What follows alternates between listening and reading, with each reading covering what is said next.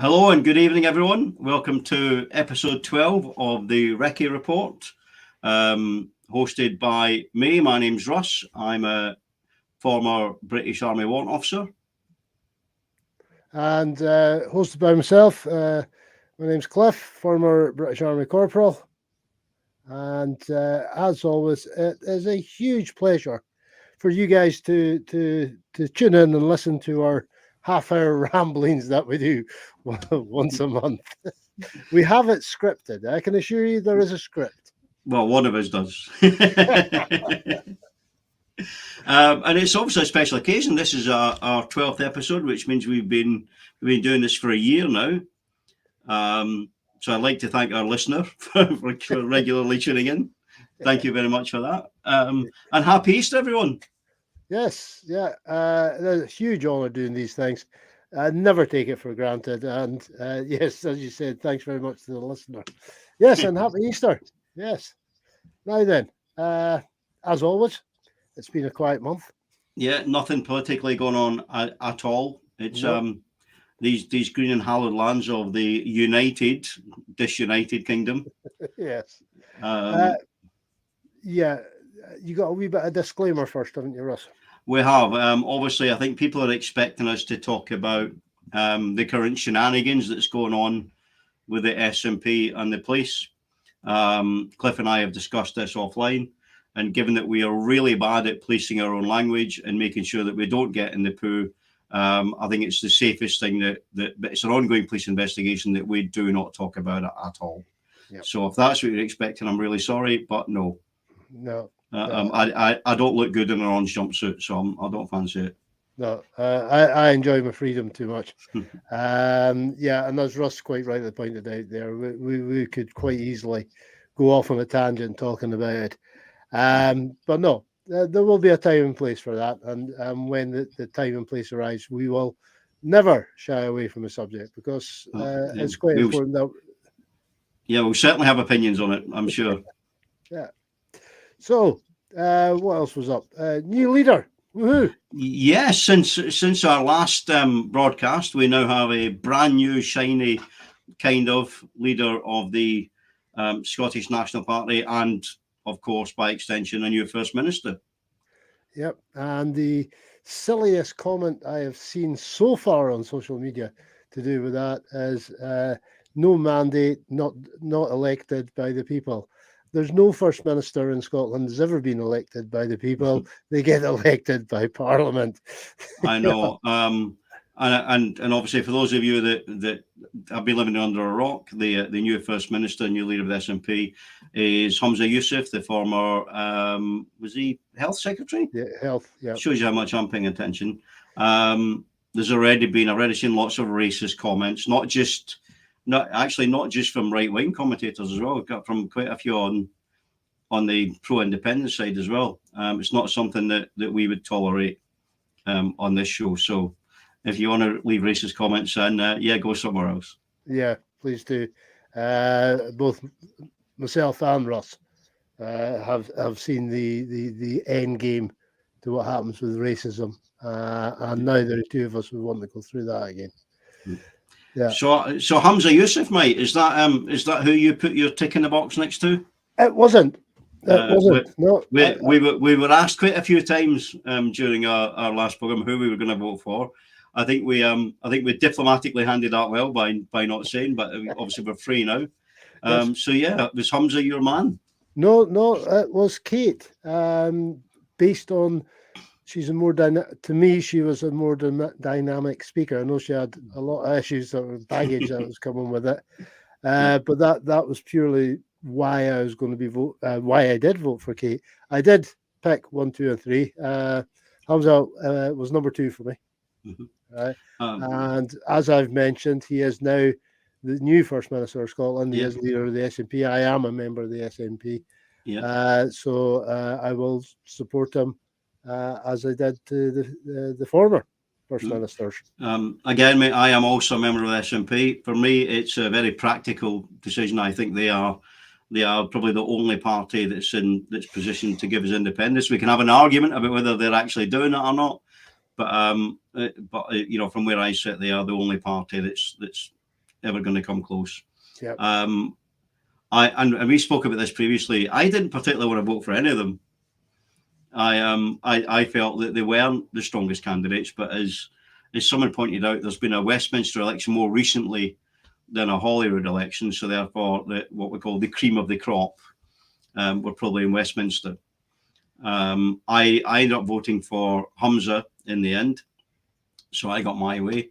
My view was that Ash was too much of an unknown commodity. I think she appealed to a certain vocal minority of the party. Yep. I think she would have isolated, ostracized way too many than she brought in. I was drawn towards Kate very much so when she announced her candidacy, and then she spoke. Yeah, the baggage I alluded to, and just self-immolated.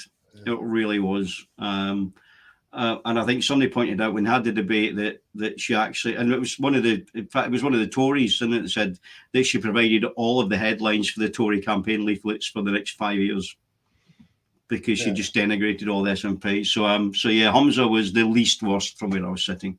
Yeah. So hopefully that puts everyone's curiosity to bed. Yeah, and it's just one of these things. Because talking of headlines, yes, our favourite fascist administration working out of Downing Street have not let up at all, and it's quite a deliberate attack on the vulnerable. It's quite a deliberate attack. It is, mate. The rhetoric's being ramped up. It really is, and it's quite shocking from where we sit to see that coming in. I said this before. I think it was Rishi Sunak on the TV or the radio the other day, and he's like, "We really need to sort out these illegal asylum seekers," and that girds my loins because there's no such thing as an illegal asylum seeker, right? Yeah. Claiming asylum is absolutely legal. If your asylum claim is investigated and rejected, and you stay, you're no longer an asylum seeker, you're an illegal refugee. So using the term illegal asylum seeker, and it's that language, that repetition of that language that feeds into people's memories and psyche and causes a lot of the problems we see. And if that's the language that's been pushed out by our elected representatives, we need to have better elected representatives. Yes. Yeah, I've commented on that.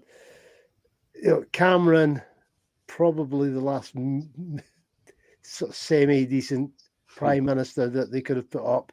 From him onwards, with May, Johnson, Truss, and now Sunak, it's been a race to the bottom as far as their abilities go. It's the Trumpian development of politics in the UK. It's no longer about sensible policies. It's about bolstering your base. Yeah. And just causing that, because the truth is, and we know from past experience that in any election, 30% of the electorate will vote for their party, come what may. Right, either side. So 30-30. It's that middle 40% that you need to bolster. And if a large part of that 40% is the racist and bigoted types, then you appeal to them, and you're going to get elected. Brexit and the Trumpism in the UK is just shockingly scary at the minute. Yeah, it's never helped either that we don't have an investigative journalist left in this country. Yeah, all the administrations, Cameron probably included, should have been ousted by popular pressure. From a good piece of investigative journalist. But if I can quote Jimmy Reid here for you, Russ. Yeah, please. Yeah, the task of the media in a democracy is not to ease the path of those that govern, but to make life difficult for them by constant vigilance as to how they exercise the power that they only hold in trust from the people. And we don't see that. We absolutely do not see that from any of the newspapers. Mm. There's only one party, and let's flick back to Scotland. There's only one party that has ever investigated to any great depth in Scotland, and that's the Scottish National Party. And that just shows you the lack of true journalism we have, and that's scary because that means, well, to my way of thinking anyway, that means then that the administration in Downing Street has free reign of whatever they do. Oh, you're right, mate. You don't have to look far to find a negative story in the UK press about the SNP or the Greens or even Alba. Yeah. They are sorry, Alba. I'm pronouncing it wrong.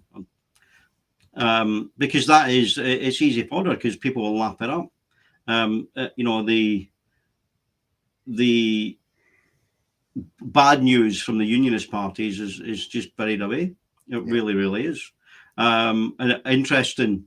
And I think I'm going off topic slightly, but I think it was Carol Vorderman pointed out on Twitter that of 230 something Tory MPs did not identify themselves as Tory on their Twitter profile.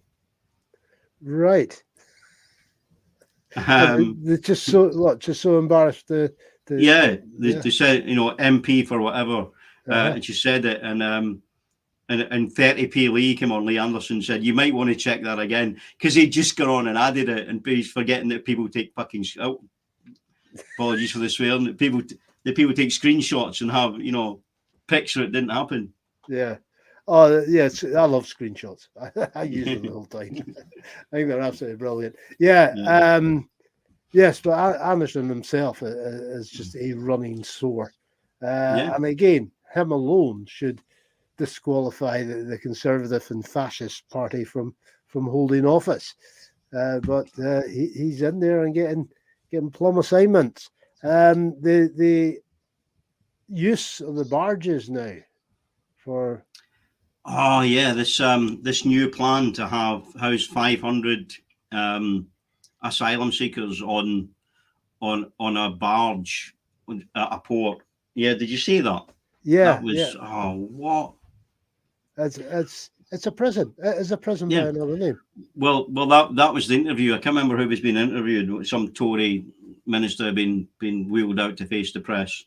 An interviewer said, "But it's a prison, isn't it?" No. So they can leave when they want. No. But it's a prison. No, it's not a prison. Well, if you're put somewhere and you're not allowed to leave, what's that called? Yeah. And the British, mate, we've had so much luck with internment in the past, haven't we? Oh, absolutely. You pick a country, deploy the internment gambit, and you will see it rapidly turning downhill. What was it? All the way back to the Boer War. Yeah. Well, that's where the British invented concentration camps, wasn't it, during the Boer War? Absolutely. Yeah, and of course they're also thinking about using former military bases as camps. These bases, obviously, by necessity, tend to be tucked away in remote regions. Yeah, and that to me has got so many overtures of the first type of camps that the Nazis set up in the 1930s. And if me saying that makes people feel uncomfortable, then please, will these people question their own politics and not mine? Mm-hmm. Yeah, it really is. And it's, and these camps, that's fine, when the forces were stationed there, we had the facilities and the resources, we had a cookhouse staffed by, I was going to say people that knew how to cook, but army chefs. You're not learning French tonight, Russ. Sorry, chefs. The hardest course in the army. We had the NAFI, we were allowed out, we could go into town, we could contribute to the local economy. None of these people are going to be able to do that. No. It really is. Yeah, it's internment, it's a prison. You can call it what you want. Yeah. And as we pointed out the other day, the reason that there's a rise in asylum claims is that the government has stopped processing them. They've done what? They've stopped processing the claims. Really? Yeah. So if So somebody comes in and claims asylum, they're just chucked away either on a barge or in an old army camp or sent out to Rwanda. They're not processing the claims. They're not investigating. That's why the numbers are going up, because we're right. doing nothing. We're doing nothing to lower them. Is this yet again the feckless administration Yeah. just hollowing out the infrastructure that's supposedly there to help the country run effectively? Well, it is. I mean, there's no. I mean, they've shut down all the safe routes to come to the UK. And now they're saying that people can't come by boat when they've shut down everything else. Yeah. And the truth is, and somebody pointed out, we cannot, UK, we cannot say that because we're an island slightly to the west of France, that somehow the global refugee problem is nothing to do with us. Yeah. We can't do that. And people come to. I mean, I think we said this before. The British Empire spent a couple of centuries traveling the world, treading on people, telling them how brilliant the UK was, and now we're surprised that people want to come here. Yes, absolutely. It's yet another shocking piece of legislation. I mean, the Reich Minister Braverman. Yeah. I'm Subtle, sorry. Yeah. subtle, Cliff, subtle. Yeah, it's yeah. I'm afraid I've lost all patience with them. They are horrendously right wing now, and the fact that if they keep going the way they're going, we will get removed from the European Convention on Human Rights. Yeah. We will get removed from it. We will lose that protection. And remember, we rely on that protection just as much as everybody else does. Yeah, it is. And people, it's that old argument: if you've got nothing to hide, you've got nothing to worry about. Yeah. Well, yeah, until they decide that something about you is something that you should be hiding. Yeah. Do you know what I mean?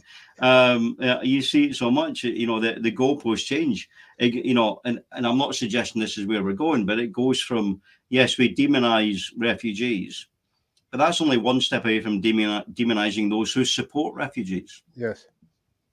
Yeah, and I'm not seeing anything in the makeup of any of these administrations since Cameron that is not the road we're going down. Yeah, because they will silence all critics. They've silenced the press. Yeah, the BBC now is a propaganda outlet for them. It's absolutely, I just have to pinch myself occasionally, Russ, to remind myself that we are actually still living, in the United Kingdom, because I'm not seeing anything in the UK now that is reminding me of that country that I signed up to defend back in 1978. You're right, mate. And there's Hashbury just pointed out there's over 160,000 outstanding asylum claims, and that's only going to go up because they're not processing them. And you talked about the BBC. I noticed there's a complaint or a request going into Twitter because Twitter has labelled the BBC as a government-sponsored, government-funded organisation. They're not far. And they're arguing that is, that's akin to obviously North Korea and China. And the thing is, at the end of the day, how else do you dress it up? Yeah. You're a state-funded organisation. Yeah. There's no ifs and buts about that. You have to accept that. And the head of the BBC, as we sit here just now, is the chap that organised that loan for Johnson. There are, to my knowledge, at least 3 others within the BBC higher echelon that are either Tories or Tory backers.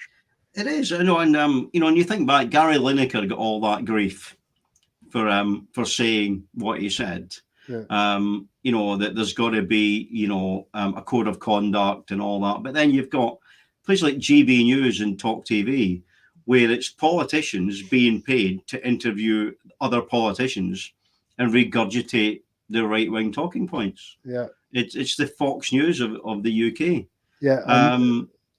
And it is. I mean, fine. I mean, we're on here, mate. We make no secret of our allegiances. Yeah. We come on here, we state that we're pro-independence, but they don't do that. They come on, like we mentioned Lee Anderson before, ringing his mate up to pretend he was a floating voter or whatever. Yeah. It's all set up. It's all theatre, and it Yeah. convinces people that are easily convinced. Yeah, it's stage managed to try and normalise the ultra right way of thinking, and yeah, I used to think the voters in the UK were quite sensible. I still believe the ones in Scotland were very political savvy. The last 8 years have taught us that. I fully realise there are people that have been fighting for independence a lot longer than that. Oh yeah. But we in Scotland, as a voter base, I think, are incredibly political savvy. But down across the border there, across the Rio Tweed, half my family's English. Yeah. I've got a lot of good friends that are English, as you will have as well, Russ. And they need to switch on, to use a good old phrase. They need to become a lot more aware of how they're being manipulated and for what reason. The people in the big yachts have convinced the voters that it's the people in the dinghies are the problem. It is, mate. I mean, I read something. The other day. It was a study that showed that that people that attend privately funded schools, so Eton, not universities, but privately funded kind of schools, are more likely to grow up to be conservative. And other shocking news: the Pope's still Catholic and bears still defecate in the woods. But that's fine. We kind of accept that. The worrying thing is the people that didn't come from that background who are still sucked in to the rhetoric, and that's where this whole thing about illegal asylum seekers comes in and denigrating the other. It's all about it's been politics since time immemorial. Yeah. You tell people that you manufacture an enemy, tell people that you're the only one that can control it, and get them to vote for you. Yeah. And the truth is, as you say, it wasn't the people in small boats were never the problem. It was the people in the big boats. Yeah. And that, to a large degree, is also having a reflection with the current state of the armed forces. The RAF have just announced that they're struggling to match their recruiting figures. Because of diversity. Yeah. I read that. I think it was the headlines were about that they'd stop recruiting white people. That's not true. We know that's not true. But the armed forces in general have been struggling to recruit. Certainly, mate, for years. I remember. I'm going to give my age away now, right? But I remember a report that the army did in the 80s. And I remember it, and it was called the Marilyn Report, right? And Marilyn stood for Manning and Recruiting in the lean years of the 90s. Because in the 80s, the 70s and 80s, they were recruiting, it was all the baby boomers, wasn't it? Uh-huh. Right? There was a huge explosion of kids being born in the 60s.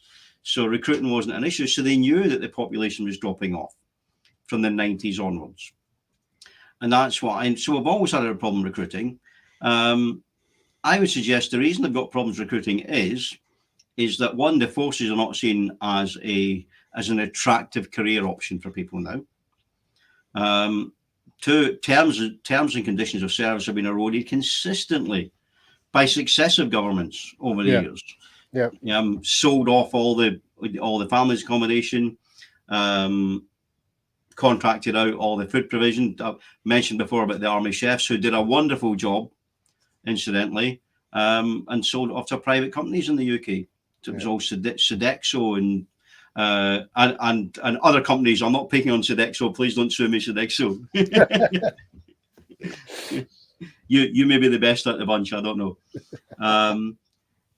But yeah, it was, and you can see it now, and especially with social media, soldiers are now being more vocal about the conditions, bad accommodation, bad food, being treated poorly. Recruiting's gone down. It's not about diversity. And the thing is, and here's the thing, the people that are joining are the people that actually are coming from overseas. Right. It's the foreign and Commonwealth troops that are making up the numbers. Right. It's the Nepalese. All the African countries that are coming in from Ghana and Kenya and all that, and joining up and making up the numbers. Right. But we want to stop them coming as well. So this whole, toxic environment that's stopping people coming here is actually affecting the recruitment of our forces as well. Yeah, they reckon if the MOD site I went on to get some figures, they reckon they've had 7,000 drop across the tri-service in the last year. 7,000 shortfall. That's that's a division at least, isn't it? I know, mate. I know. So I had a question here from Hashby saying, please hive your opinion. Hive to your opinion. I think it means give your opinion on Keir Starmer upholding the personal attack ads on Rishi Sunak about sex offenders. So I don't know if you've seen that. That was it was a Labour leaflet that basically said, saying that Rishi Sunak would not prosecute sex offenders, wouldn't do anything about it. I don't really care. I really care what Labour push out and Tories. And the thing is, those kind of vile attack ads have been used again constantly through politics. I would have hoped Labour could have taken a higher moral standpoint on these things. But the truth is, as I alluded to earlier, it's the tribalistic nature now of politics. Yeah. It's not about who's right and who's wrong. It's who's got the best soundbite. Yeah. Who's got the loudest supporters. Yeah. You're seeing it now in America with the Republicans and the Democrats. We look at it and we think that's ludicrous, and then we look at our own politics and the same thing's happening. Yes, it takes a few months to catch up, but we are. Yeah, we're in that same position. I'm very similar to you. I've seen that. Yeah. I thought, that's the way the politics has gone in this country, and I dare say the Tories will come out with their own particularly nasty form. And it's interesting when we talk about recruitment in the forces. Didn't we have not so long ago an influx of people who were willing to come and defend statues? Yes. Should they not have been queuing up outside the recruitment offices? Come on, Russ, you know as well as I do that they talk a good argument or talk a good fight. The first hint of danger, and they'd be off ski. I've cut out a few words of that statement. Russ, are you looking at the time, buddy? I am. We've got a couple of minutes left. Right. So it's I think I'm aware that when we do these that we're kind of just hanging a lampshade, shining a spotlight on the same things again and again. And I don't think I make no apology for that, because we need to shine a spotlight on them. Mm-hmm. And the thing is, it's not about your side or my side. As I said earlier on, I'm a member of the SNP because I believe they're the best. They're the only party in a position to give independence. But do I support everything they do? No, of course I don't. Of course I don't. I don't support everything that any political party does, because they've all got things that you need to kind of bite down a little bit on to look at the bigger picture. Yeah, that's exactly my feelings as well, buddy. They are the best vehicle to get us to independence. Mm-hmm. And of course, if you don't like the SNP after independence, historically they'd be in for one more parliament and then they'd fracture. Yeah, and I said this to you before as well, Mike. The fact that the SNP did not implode after the 2014 referendum result, and I thought they would, because that tends to be what happens in left wing politics. Yeah, you have a really good fight, and then you lose, and then it just fractions and fragments, and it didn't happen because I think because like us, we looked at it and went, no, we were like, we're not having that. Yeah, that's not the result we needed. So we kept going. Yeah, that's not the end. Yeah. And it's not the end. It's not the end. I'm hoping we do get independence in my lifetime. And the truth is, at any point over the last, when did the Scottish Parliament, when did Holyrood start again? 1999, wasn't it? Yep. So at any point over the last 24 years, the British government, Labour or Tory, could have killed independence stone dead. Yep. Because all they had to do was give us a proper federalised setup. And it was easy to do. And if that had been on the ballot paper in 2014, I can't say I wouldn't have voted for it. Yep. That aspect of, Scotland governs itself, pays a contribution towards maybe defence and foreign policy, and everything else is yours. Yeah. All right. But that would have put a lot of people back in their box, I think. Yeah. But Westminster never gives up there. No, and there's a reason. The Tories that won't subsidise a spare bedroom want you to believe that the generosity is all about Scotland and keeping Scotland in this family of nations because we need them so much. Yeah. No, don't be fooled. Right, buddy. Yes, so recruitment is down. We know why it's down, and it's got nothing to do with diversity. It's all to do with contracts, postings, and having a decent career, as we did. Yeah, definitely. Going to be done. And it's that time, mate. We've outstayed our welcome tonight, I'm afraid. All right. We've gone over time. Thank you, everyone, for listening to our inane ramblings once again. Yes, cheers, guys. Always a pleasure doing this type of thing. Yeah, and we will see you again on the second Monday of May. Oh, grief. Which is, already. Hang on, that is, in fact, that's a bank holiday. Right. That's the 8th. That's the 8th of May. That's the bank holiday after the coronation. Oh.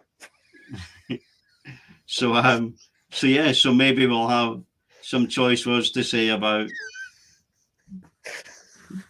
the constitutional monarchy in which we live. I'm just laughing. Cliff, don't. We're out of time, mate. We don't have time. But thank you so much for joining us, everyone. Please take care of yourselves, and we will see you again really soon. Cheers, guys, girls. Thanks for joining us. And as Russ says, we'll see you on that wonderful day in May. Fine. Take care, everyone. Bye for now.